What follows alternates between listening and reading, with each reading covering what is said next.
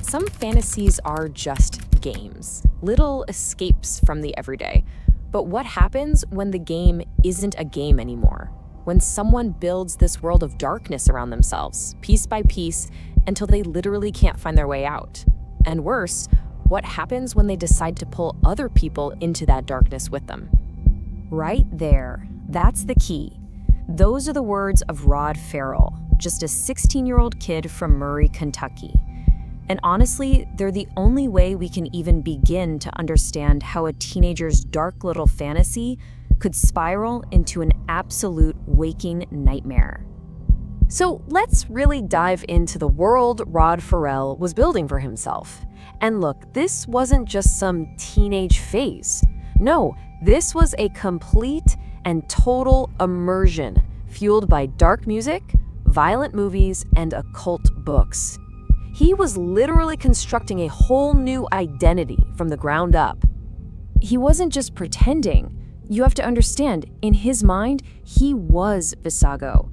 And well, like any charismatic leader, he started to attract followers.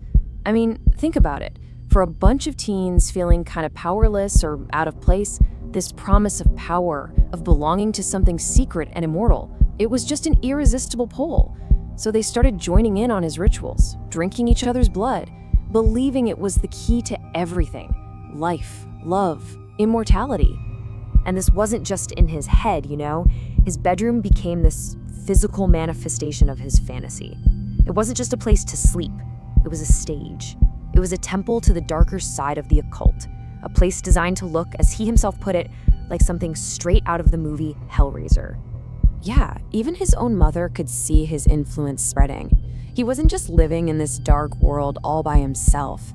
He was actively recruiting. He was teaching other kids, pulling them right into his orbit, and making them believe in his power. His delusion, it was becoming contagious. Pretty soon, this fantasy spilled right out of his bedroom in Kentucky and hit the road for a 750-mile trip south. So in November of 1996, Rod and three of his followers, Scott Anderson, Dana Cooper, and Charity Kesey, they all just piled into a car. Now, the official story was that they were driving to Eustis, Florida to pick up another girl, Heather Wendorf, who wanted to run away and join their little clan. At first, the trip itself was, well, nothing special. Just a really long drive south. But then, a simple, everyday problem pops up. Their car starts to die. Suddenly, they're stranded, hundreds of miles from home. The fantasy world they'd been living in gets a harsh dose of reality. And that reality forces them to make a new and absolutely fateful decision. This right here. This comment he made to a local friend in Florida, before the car even broke down, it just reveals this dark undercurrent to the whole trip. It kind of hints that this was never just about picking up a friend. There was a darker purpose from the very beginning. But before they could get to this so-called unfinished business, there was one final ceremony to take care of. It was a ritual to officially initiate Heather Wendorf into the clan. They called it crossing over, or the embrace.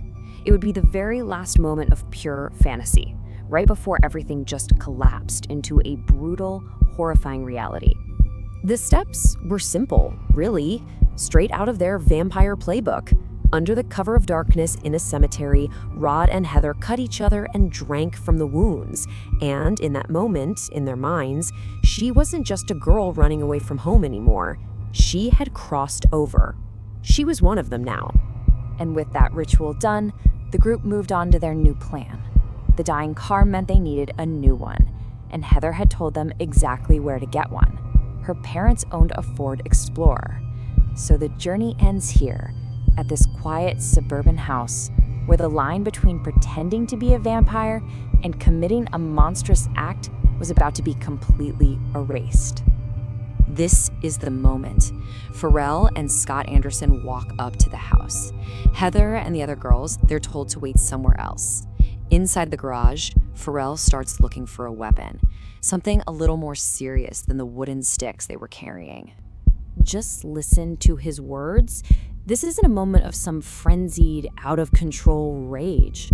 No, it's a cold, practical assessment. An axe? Been done before. A chainsaw? way too loud. The crowbar? The crowbar was just right. It was, in his own words, something I knew I could swat somebody away with and run if I had to. So Ferrel and Anderson go inside the home, and there they find Heather's father, Richard Wendorf, just asleep on the sofa. Deeper in the house is her mother, Naoma Queen. The whole scene is quiet, domestic, completely unaware of the darkness that had just walked through their door. Ferrel walked up to the sleeping man and just struck him with the crowbar. He didn't stop. The final count was more than 20 blows. Hearing the noise, Naoma Queen came out from the kitchen. She saw Ferrel covered in blood, and she fought back. She threw hot coffee in his face and scratched him. And for defying him, she received a total of 23 separate wounds. The fantasy of being a powerful, immortal vampire, well, this is what it actually looked like in reality. It wasn't noble, it wasn't romantic, it was just brutal and ugly and final. And after it was over, Ferrel and Anderson took the keys to the Explorer and just left. So now, the aftermath. The group fled, picked up the girls, and headed towards New Orleans in the stolen Ford Explorer. But the real world was closing in on them, and it was closing in fast. Their time on the run was incredibly short. Just 3 days after the murders, one of the girls, Charity, made a phone call home. The police traced it to a motel in Baton Rouge, Louisiana, and just like that, the manhunt was over. The game had ended. So here's what happened to all of them. Heather Wendorf, incredibly, was never charged. A grand jury decided she wasn't aware of the plan to murder her parents. The other girls, they received pretty significant prison sentences for their roles as accomplices. Scott Anderson, the one who stood by and watched, he got a life sentence. And Rod Ferrell, the 500-year-old vampire Vesago, was also sentenced to life in prison. Years later, a judge who was reviewing Ferrell's case used these 2 words to describe him. Not a vampire, not a demon, not some powerful being from another age.